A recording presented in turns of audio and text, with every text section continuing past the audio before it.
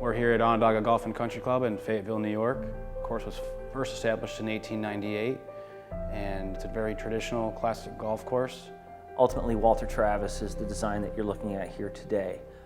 The beauty of this property, I believe, is that they built the golf course on the land. They didn't take the land and build a golf course on it. A very prestigious event that Onondaga's been asked to host. This is our third time having it here at Onondaga. Everybody's looking forward to it, and it just adds to the tradition of Onondaga's history going forward.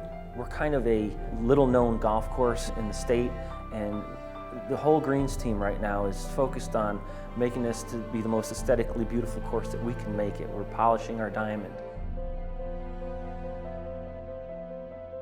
We have a par 35 on the front and a par 36 on the back for 71 total, and we play just around 6,800 yards. They look at the yardage and they automatically assume it's going to be an easy golf course to play.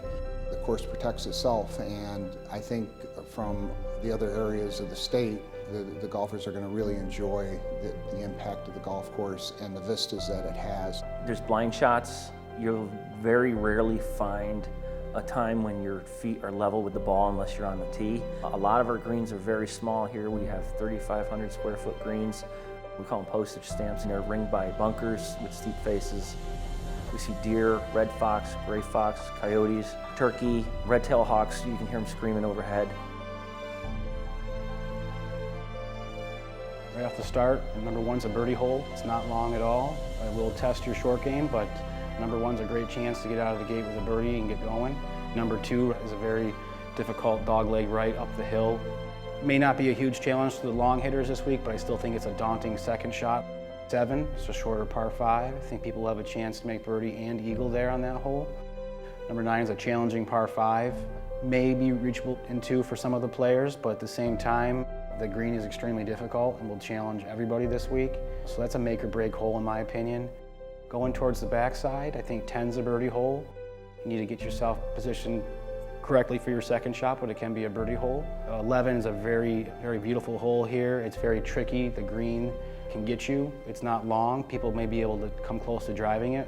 You still have to make your putt there, which is probably one of the more difficult greens on the course. And number 16 will really test golfers this week. It's a birdie hole, but it can be a bogey hole as well. Drivable at about 285 yards, surrounded by a big front bunker and a bunker on the right side as well. We have 3 par 3s on the front and only 1 par 3 on the back. Our par 3s are very challenging here. We have number 4, which is a very long par 3. It can play up to 220 yards long. Our 6th hole is a very short par 3, but has a very large undulating green, propped up with bunkers surrounding. Very nice looking hole and fun to play, but can give you issues if you do miss the green. Number 14 is our only hole that has water on it.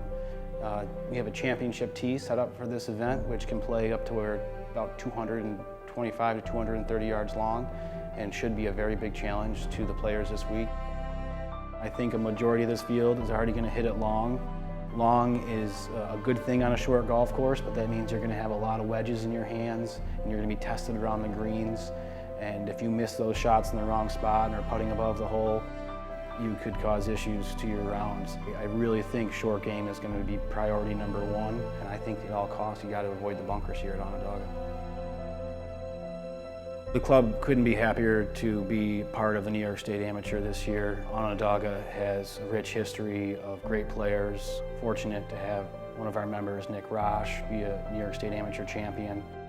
People from downstate or Buffalo in the northern part of the state that haven't been to Syracuse and played here are really going to enjoy themselves for the week. There's people all across the state, and there's going to be spectators, and they're going to be able to see the course and see what we think is just a beautiful gem of Central New York.